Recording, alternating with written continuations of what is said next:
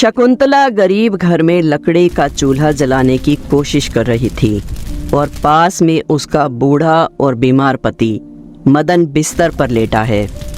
दरवाजे पर काजल खड़ी अपने माता पिता की ये हालत देखकर बहुत ही दुखी है।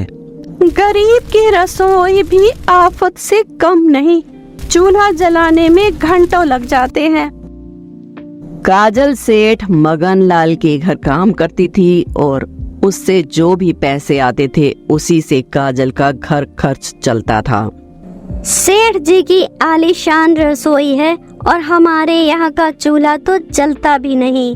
माँ कितनी परेशान हो जाती है चूल्हा जलाते जलाते।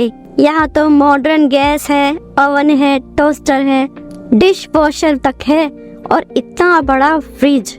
स्वर्ग में भी ऐसी रसोई न होगी शायद। काजल अभी सोच ही रही थी कि तभी सेठानी दुर्गा देवी आ जाती है। सुनो काजल, आज डिनर में palak paneer, special mutton curry और टिंकू के लिए खीर बना देना। और हाँ, मीठे गुलाब जामुन भी बनाना, तुम्हारे सेठ जी को बहुत पसंद है। पर दोपहर का तो काफी खाना बचा है सेठानी जी। एक काम कर, उसे घोड़े में डाल दे। ये सुनकर काजल सन्न रह जाती है और सोचती है कि गरीब को खाना नसीब भी नहीं होता और सेठानी खाना फेंकने की बात करती है। वाह रे वाह भगवान, तेरी भी क्या माया है। अरे ओ काजल, क्या सोचने लगी? कुछ नहीं सेठानी जी, कुछ नहीं। तो चलो जल्दी से रात के खाने की तैयारी कर लो। काजल रात को मगनलाल सेठ के परिवार के सामने टेबल पर खाना लगाती है तो मगनलाल सेठ खाना खाने से मना कर देता है। क्यों जी, आप खाना क्यों नहीं खा रहे हैं? भाई आज मैं खाना बाहर से खाकर आया हूँ, बहुत पेट भरा हुआ है, तुम लोग ही खा लो। दुर्गा देवी काजल की तरफ देखते हुए कहती है, काजल आज तुम यहीं पर डिनर करके जाना। इनका तो रोज रोज का बस यही काम है, बाहर खाना खाकर चले आते हैं। काजल जब रात को घर पहुंचती है तो देखती है कि उसकी माँ चूल्हे पर रोटियां सेक रही है और पास में ही बिस्तर पर उसके बीमार पिता लेटे हैं। शकुंतला मदन से कहती है, आटा तो खत्म हो गया है, जो बचा है उससे तो 4 ही रोटियां बनेंगी। तो क्या हुआ, 2 रोटियां तुम खा लेना और 2 काजल खा लेगी। और आप क्या भूखे सोएंगे? और इसके सिवा मैं कर भी क्या सकता हूँ शकुंतला। ये सुनकर काजल की आंखों में आंसू भर आते हैं और वो भगवान से नाराज होते हुए कहती है, वाह रे भगवान, तेरा भी क्या न्याय है। कोई भूखा सोता है तो कोई खाना फेंक देता है। तेरी लीला भी अजब गजब है, कुछ समझ नहीं आती। तभी शकुंतला की नजर काजल पर पड़ती है और वो उसे रसोई में बुलाते हुए कहती है, अरे काजल बेटा, आ गई तू, ले आजा, गर्मा गर्म रोटियां खा ले। माँ, मैं तो पेट भरकर खाना खा के आई हूँ, आप और बाबूजी ये रोटियां खा लो। ये कहकर काजल दरवाजे की ओट में खड़ी होकर उनकी बातें सुनने लगती है। अच्छा हुआ आज काजल बेटी सेठ जी के घर से खाना खाकर आई है, अब मुझे भी आज 2 रोटियां खाने को मिल जाएंगी। सुबह सेठ जी के यहाँ काम पे जाने से पहले काजल अपनी रसोई में जाकर खाली बर्तनों को देखती है। घर में तो अनाज का एक दाना भी नहीं है। मेरी कमाई से तो मैं माँ बाबूजी को 2 वक्त का खाना भी नहीं दे पाती। काश हमारे घर में भी सेठ जी की जैसी रसोई होती। काजल सेठ मगनलाल के यहाँ साफ सफाई कर रही थी तो उसकी नजर अचानक दाल, चावल, आटा, चीनी और तरह तरह के राशन पर पड़ती है। राशन का भरा पूरा भंडार देखकर काजल को अपने भूखे माँ बाप की याद आती है और उसकी आंखों में आंसू आ जाते हैं। हमारी रसोई में तो राशन का दाना भी नहीं बचा है, फिर माँ और बाबूजी भूख से तड़प रहे होंगे। नहीं नहीं, मैं उन्हें ऐसे नहीं भूखे मरने दूंगी। ये सोचकर काजल अपनी सेठानी दुर्गा देवी के पास जाती है। मालकिन, आज मुझे कुछ पैसे चाहिए। अरे कैसी लड़की हो तुम, हर दूसरे दिन पैसे मांगने लगती हो, तुम्हें शर्म नहीं आती? दे दो ना कुछ पैसे, जब काम हमारे यहाँ करती है तो पैसे मांगने क्या नुक्कड़ वाले चंदू के पास जाएगी? सेठानी के कहने पर कंजूस सेठ काजल को 50 रुपए देता है उस समय वो थोड़े से पैसे ही काजल के लिए बहुत बड़ी रकम थी। वो मन ही मन सोचती है, आज इन पैसों से मैं अपने माँ बाबूजी के लिए कुछ न कुछ खाने को जरूर लेकर जाऊंगी। आज मैं उन्हें भूखा नहीं सोने दूंगी। काजल एक होटल से 50 रुपए का खाना खरीदकर अपने घर की तरफ चलती है और तभी कुछ दूर चलने पर उसे पीछे से एक आवाज सुनाई देती है, बेटी, ओ बेटी, जरा सुन तो। काजल पीछे मुड़कर देखती है तो एक गरीब दुबली पतली बुढ़िया वहाँ खड़ी थी। क्या हुआ माँ जी, आपको कुछ चाहिए? बेटी, मैंने 3 दिनों से कुछ खाया नहीं है, बहुत भूख लगी है, कुछ खाने को दे दो, भगवान तुम्हारा भला करेगा।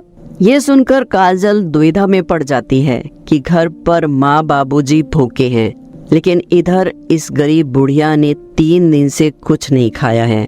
काजल बड़ी दयालु थी, इसलिए वो मन में सोचती है, माँ बाबूजी ने तो रात को खाना खा लिया था, पर इस बूढ़ी माँ ने तो 3 दिन से कुछ नहीं खाया है।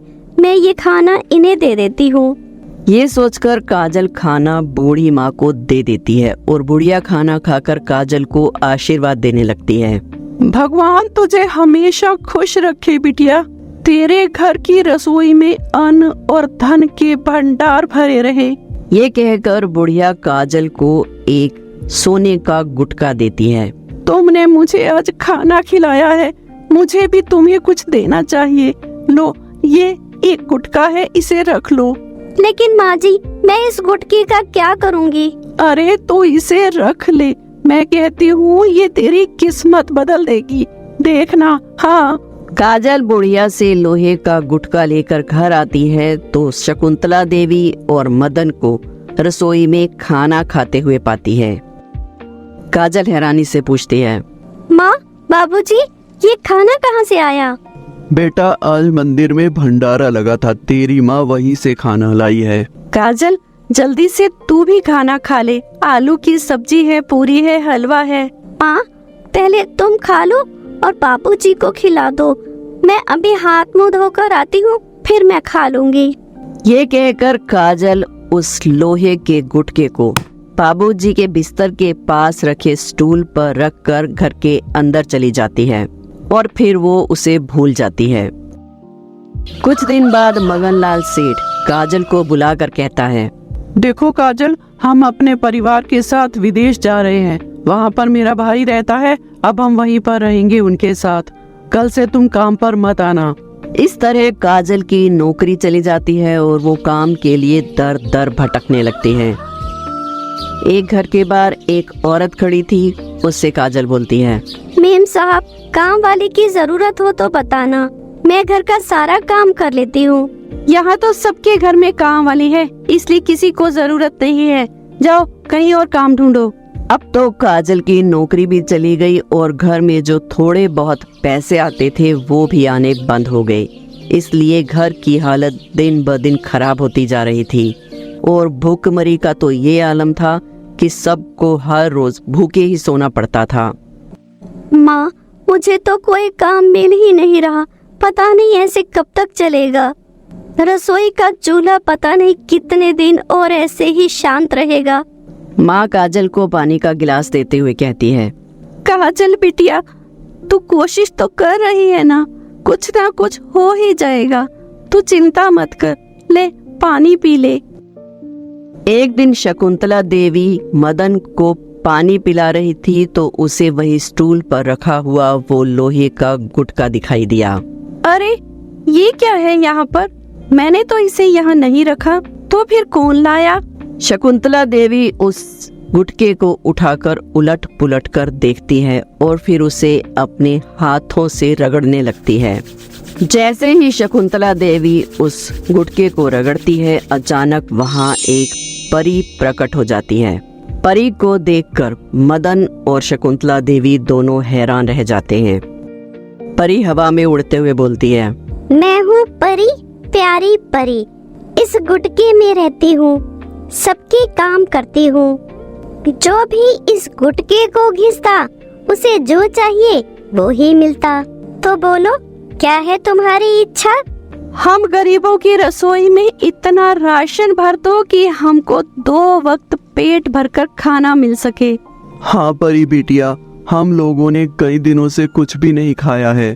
ठीक है, अब खा लेना और आज के बाद कभी भूखी मत रहना। ये कहकर परी अपनी जादू की छड़ी घुमाती है और चारों तरफ रोशनी ही रोशनी बिखर जाती है। सितारे टिमटिमाने लगते हैं। परी के पंखों से छोटे छोटे तारे उड़ने लगते हैं। फिर तो देखते ही देखते उनकी रसोई भी सेठ मगनलाल की रसोई की तरह शानदार बन जाती है। मदन खुश होकर बोलता है, अरे अरे वाह बिटिया, तुमने तो चमत्कार ही कर दिया, है ना शकुंतला?